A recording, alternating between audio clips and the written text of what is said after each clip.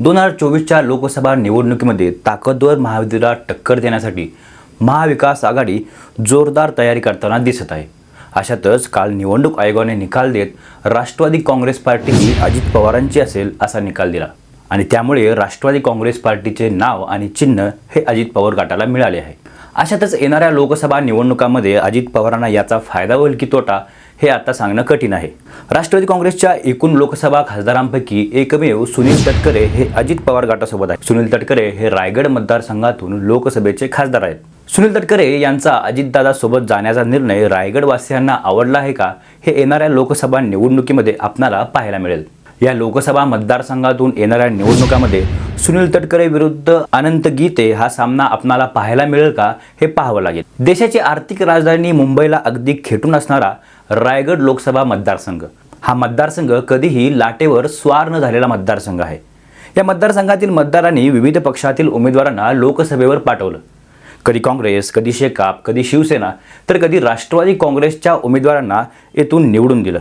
रायगड हा कधी काळी काँग्रेस आणि शेतकरी कामगार पक्षाचा बालेकिल्ला होता, परंतु नंतर या मतदारसंघामध्ये शिवसेनेची ताकद वाढत गेली आणि 2009 व 2014च्या लोकसभा निवडणुकीमध्ये सेनेचे अनंत गीते येथून खासदार म्हणून निवडून गेले। कोकण पट्ट्यात असणारा हा मतदारसंघ यंदा कोणाच्या पारड्यात आपलं वजन टाकणार हे पाहणं महत्त्वाचं ठरेल। या मतदारसंघामध्ये कुणबी मतदार हे सर्वाधिक प्रमाणात आहेत, त्यामुळे गीतेंचा कुणबी फॅक्टर यंदा कामी येणार का हे पाहावं लागेल। तसं पाहायला गेलं 2008 पूर्वी हा मतदारसंघ कुलाबा मतदारसंघ नावाने ओळखला जायचा, परंतु त्यानंतर या मतदारसंघाची पुनर्रचना झाली आणि नव्याने तयार झाला तो रायगड लोकसभा मतदारसंघ। या लोकसभा मतदारसंघाच्या राजकीय इतिहास पाहिला तर सुरुवातीला या मतदारसंघावर शेकापचे वर्चस्व होते, परंतु ते वर्चस्व नंतरच्या काळात काँग्रेसने मोडीत काढले। 1989 आणि 1996ला काँग्रेसचे उमेदवार AR अंतुले हे येथून सलग 2 वेळा निवडून गेले। त्यावेळी त्यांनी शेकापचे उमेदवार ॲडव्होकेट दत्ता पाटील यांचा पराभव केला होता।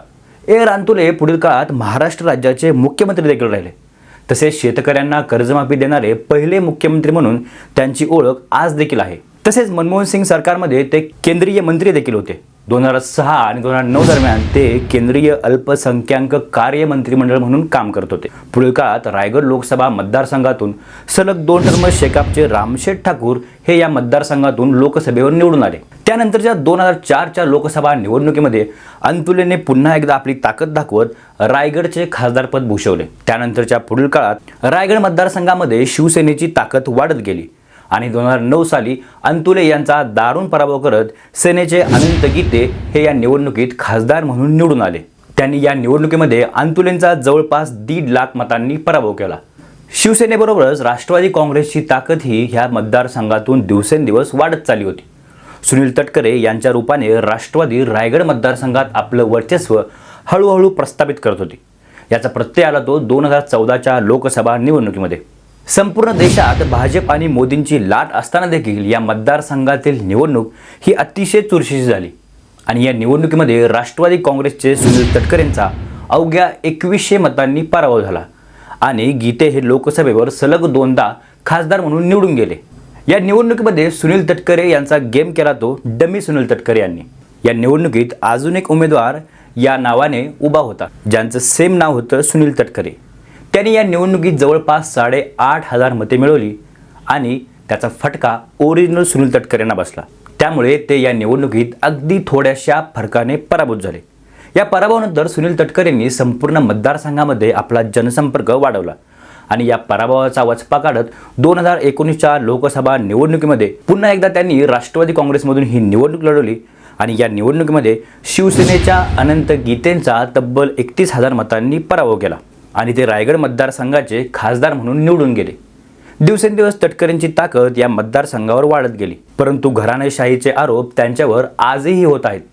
सर्व पदे आपल्याच घरात ठेवण्याची तटकरेंची भूमिका न पटल्याने त्यांचे अनेक सहकारी त्यांना सोडून गेले आहेत, तर मतदारसंघातील मतदारांना देखील हे पटत नाही, म्हणून तटकरेंबद्दल नाराजीचा सूर सध्या मतदारसंघामध्ये दिसत आहे। परंतु आजपर्यंत तटकरेंनी या सर्वांना शह देत आपले वर्चस्व या मतदारसंघावर दाखवले आहे। त्यामुळे येत्या निवडणुकीमध्ये रायगडवर पुन्हा आपले वर्चस्व तटकरे सिद्ध करतील का हे पाहावं लागेल। रायगड लोकसभा मतदारसंघाची भौगोलिक स्थिती पाहिली तर या मतदारसंघात प्रामुख्याने गुहागर, दापोली, महाड, श्रीवर्धन, पेण आणि अलिबाग या विधानसभा मतदारसंघांचा समावेश होतो. या मतदारसंघातील बराचसा भाग हा किनारपट्टीवरती वसलेला आहे. या मतदारसंघातील विधानसभा क्षेत्रांचा आढावा घेतला तर गुहागरमधून शिवसेनेचे नेते भास्कर जाधव हे आमदार आहेत. दापोलीतून शिंदे गटाचे योगेश कदम, जे की राम कदम यांचे चिरंजीव आहेत, ते सध्या इथून आमदार आहेत. परंतु शिंदे गटात गेल्यानंतर त्यांची या मतदारसंघातील ताकद कमी झालेली दिसत आहे. महाड मतदारसंघातून शिवसेनेचे शिंदे गटाचे भरत गोगावले हे आमदार आहेत. तर अलिबागमधून देखील शिंदे गटाचेच नरेंद्र दळवी हे आमदार आहेत. श्रीवर्धन विधानसभा मतदारसंघातून आदिती तटकरे या आमदार आहेत. तर पेणमधून भाजपचे रविशेठ पाटील हे आमदार आहेत. एकूण एक या लोकसभा मतदारसंघामध्ये शिंदे गटाचे 3 तर भाजप, अजित पवार आणि शिंदे गटाचे प्रत्येकी एक आमदार आहेत. त्यामुळे आमदारांच्या संख्येवरून या मतदारसंघाचं गणित लावायला गेलं तर इथे महायुतीचे वजन दमदार आहे. परंतु हा मतदारसंघ हा बाळासाहेब ठाकरे यांच्या विचारांना मानणारा मतदारसंघ आहे आणि ऐनवेळी येथील शिवसेनेचे आमदार शिंदे गटात गेल्याने त्यांच्याबद्दलचा रोष या संपूर्ण मतदारसंघामध्ये जाणवत आहे. त्यामुळे त्याचा फायदा उद्धव ठाकरेंना होण्याची शक्यता दिसत आहे. तसेच स्थानिक पातळीवर पाहायला गेले तर येथील मतदार आजही जुन्या शिवसेनेच्या विचारांचे आहेत. या मतदारसंघातून महाविकास आघाडीकडून कोण निवडणूक लढवणार याबाबत अजून प्रश्नचिन्ह आहे. परंतु माझी उमेदवारी निश्चित आहे असा दावा वेळोवेळी अनंत गीतेंनी केला आहे. पाठीमागच्या आठवड्यात उद्धव ठाकरेंनी संपूर्ण कोकण दौरा केला. त्यावेळेस रायगड दौऱ्यावर असताना त्यांनी अनंत गीतेंच्या उमेदवारीबद्दल थोडेफार शिक्कामोर्तब केले आहे. त्यामुळे महाविकास आघाडीकडून गीतेच मैदानात असणार हे आता निश्चित झालं आहे. तर दुसरीकडे महायुतीकडून उमेदवारीचा पेच हा थोडाफार फसलेला दिसत आहे. नुकतेच शेतकरी कामगार पक्षामधून भाजपात आलेले पेणचे माजी आमदार धैर्यशील पाटील यांनी या लोकसभा मतदारसंघातून उमेदवारीसाठी जोरदार तयारी चालू केली आहे. आपण ही लोकसभेची निवडणूक भाजपच्या तिकिटावर लढणार आहोत असं त्यांनी वेळोवेळी सांगितले आहे.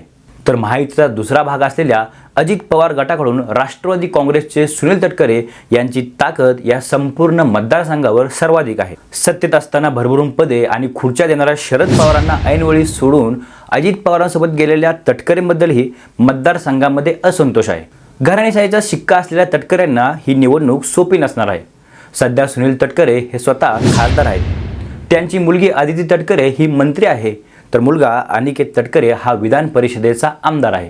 येणाऱ्या आठवड्यात होणाऱ्या राज्यसभा निवडणुकामध्ये सुनील तटकरे यांचं नाव सध्या आघाडीवर आहे. त्यामुळे राष्ट्रवादी काँग्रेसमधून सुनील तटकरे हे राज्यसभेवर जातील का हे पाहावं लागेल. जर त्यांची वर्णी राज्यसभेवर नाही लागली तर रायगड लोकसभा मतदारसंघातून त्यांची उमेदवारी जवळपास निश्चित आहे आणि त्यामुळे रायगड लोकसभा मतदारसंघातून आपणाला अनंत गीते विरुद्ध सुनील तटकरे हा जुनाच सामना मात्र अगदी नव्या रूपात पाहायला मिळणार आहे. आणि या निवडणुकीत रायगडची जनता कोणाला निवडून देणार आणि कोणाला नारळ देणार हे पाहणं महत्त्वाचं ठरेल. एकंदरीत रायगड मतदारसंघावर हा विस्तृतपणे केलेला व्हिडिओ आपणाला कसा वाटला हे नक्की आम्हाला कळवा. तोपर्यंत धन्यवाद.